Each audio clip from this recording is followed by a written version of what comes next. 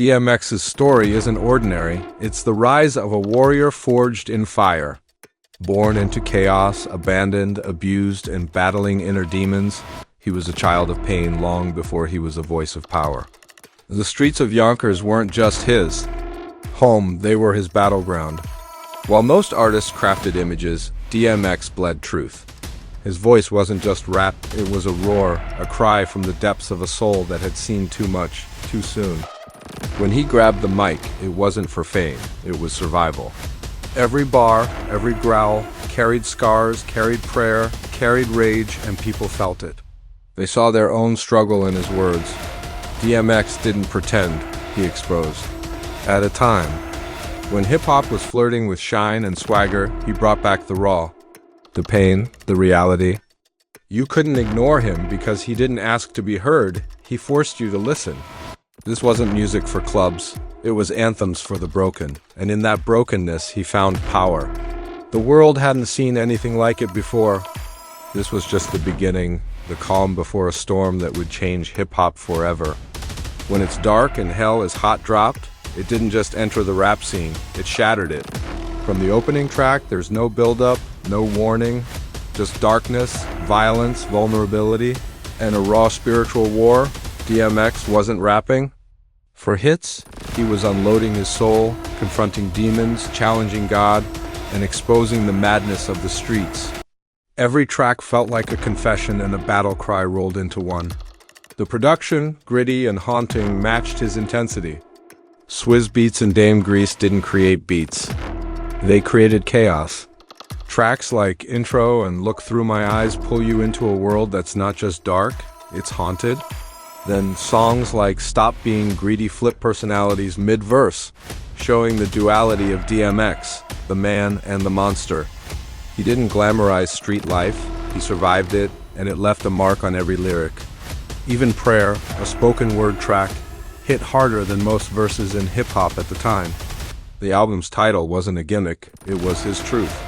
DMX took listeners to hell, not to scare them, but to show them he made it out. And in doing so, he created a masterpiece that still echoes with fire, pain, and raw humanity. When Ruff Ryders' anthem dropped, everything changed. DMX didn't just rap, he commanded. That beat hit like a sledgehammer, and then came that voice, raw, unfiltered, unapologetic. Stop, drop, became more than a hook, it became a movement, but it wasn't just one song. Get At Me Dog, Damien, Let Me Fly, each track was a different layer of the same beast. DMX wasn't creating club bangers or chasing radio play. He was building a world, and in that world, pain, rage, and survival were the laws. His bark wasn't a gimmick, it was instinct. It was trauma turned into power. He didn't rap about the streets, he was the streets. His presence was unmatched, shirtless, sweating, barking, pacing like a caged animal set free, and people felt that. Audiences didn't just hear DMX, they absorbed him. They screamed his lyrics like war cries. He represented the underdogs, the broken, the outcasts, the angry souls looking for redemption. This chapter in his album was pure energy, pure emotion. He didn't need expensive visuals or flashy outfits, just a mic, a beat, and that fire in his chest. And with that, he became a force hip-hop couldn't ignore and never would forget. The legacy of It's Dark and Hell is hot isn't just in its sales or chart positions, it's in the shockwaves it sent through the culture. DMX didn't walk through the industry. He stormed in, unapologetically raw, vulnerable, and aggressive. In a time when hip-hop was polishing itself for mainstream appeal, he dragged it back to the dirt, to truth, to grit, to God, to hell.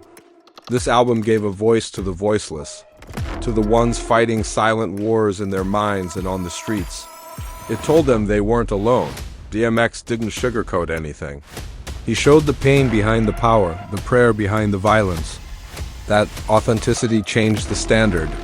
Suddenly, emotion wasn't weakness, it was strength. Artists began to embrace their scars, their shadows, and DMX. He wasn't just a rapper, he became a legend, a symbol of realness in an era of flash. It's Dark and Hell is Hot wasn't just an album, it was a warning shot, a reminder that art should be fearless. That honesty still echoes in today's music. Every bar he spit, every growl, every prayer, it carved a permanent place in hip-hop history. The fire he sparked, it's still burning,